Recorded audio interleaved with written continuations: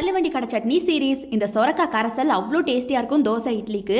இன்னுமே கிராமத்து சைடு இருக்கக்கூடிய தள்ளுவண்டி கடை ஹோட்டலில் இதை தான் ஊற்றுவாங்கன்னு தோசை இட்லிக்கு. ஸோ இது எப்படி செய்யணும் அப்படின்னா, இந்த மாதிரி குக்கரில் கழுவின காய்கறியை ஆட் பண்ணிக்கலாம். என்னென்ன ஆட் பண்ணுறாங்க அப்படின்னா, சொரக்காய், கத்திரிக்காய், உருளைக்கிழங்கு இதெல்லாம் கழுவி ஆட் பண்ணதுக்கப்புறமா வெட்டின தக்காளி 2 தக்காளி அம்மா இங்கே ஆட் பண்ணுறாங்க. நீங்கள் காய்க்கு தகுந்த மாதிரி ஆட் பண்ணிக்கோங்க.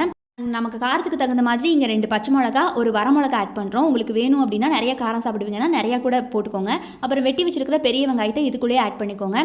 ரொம்ப சிம்பிளான ரெசிபி தான் இது. அவ்வளவுதான், நம்ம ஆட் பண்ண காய்கறிலாம் இவ்வளவு தான், வேறு எதுவுமே கிடையாது. அதுக்கப்புறமா ஒரு பிஞ்ச் அளவுக்கு மஞ்சத்தூள் ஆட் பண்ணிக்கோங்க. நெக்ஸ்ட்டு ஜீரகம் ஆட் பண்ணிக்கோங்க.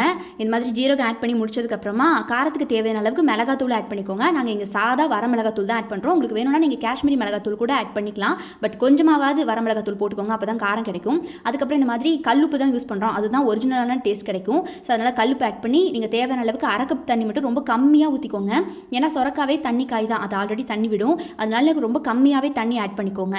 இந்த மாதிரி ஊற்றி மூடி வச்சிட்டிங்கன்னா அவ்வளவுதான், முடிஞ்சுது. ப்ராசஸ் ரொம்ப சிம்பிள். விசில் போட்டு ஒரு 4 விசில் விட்டு நீங்கள் காய் ஆட் பண்ணுறதுக்கு தகுந்த மாதிரி உங்கள் குக்கருக்கு தகுந்த மாதிரி விசில் விட்டு எடுத்தீங்க அப்படின்னா அவ்வளோதான், நம்மளோட கடைசல் வந்து ஆல்ரெடி ரெடி ஆகிடுச்சு. சும்மா தாளிப்பு மட்டும்தான் பாக்கி இருக்கும். இப்படி கமகமன்னு வாசனையாக இருக்கும் திறக்கும் போது. எல்லா காயும் ஆட் பண்ணியிருக்கோம்ல, அதனால எல்லா சத்தும் எல்லா வாசமும் எல்லா டேஸ்ட்டுமே இருக்கும். அப்புறம் மற்ற வச்சு இந்த மாதிரி ஸ்மாஷ் பண்ணி விடுங்க.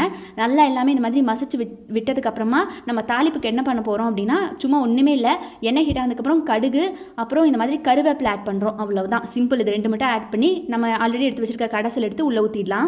அவ்வளவுதான் கைஸ், நம்மளோட சொரக்காய் கடைசல் ரெடி ஆகிடுச்சு. சூப்பராக இருக்கும் வாசனையாக. நீங்கள் யாராவது சொரக்காய் சாப்பிட மாட்டாங்க அப்படி இப்படிலாம் சொல்லிட்டு இருந்தாங்கன்னா இந்த மாதிரி கடைசலாக செஞ்சு கொடுத்துட்டீங்க அப்படின்னா குழந்தைங்களாம் சூப்பராக சாப்பிட்டுப்பாங்க. இட்லி தோசைக்கெலாம் மெயினாக ஹோட்டல் சைடு இந்த மாதிரி தள்ளுவண்டி கடையிலலாம் பார்த்திங்கன்னா நிறைய அந்த தக்காளி ரேட்டெலாம் ஜாஸ்தி ஆகும்ல, அந்த டைம்லலாம் இப்படி தான் செய்வாங்க. அதே மாதிரி தக்காளி கிடைக்காத சீசன்லாம் இருக்கும், அப்போல்லாம் இந்த மாதிரி செஞ்சு தான் ஊற்றுவாங்க நமக்கு.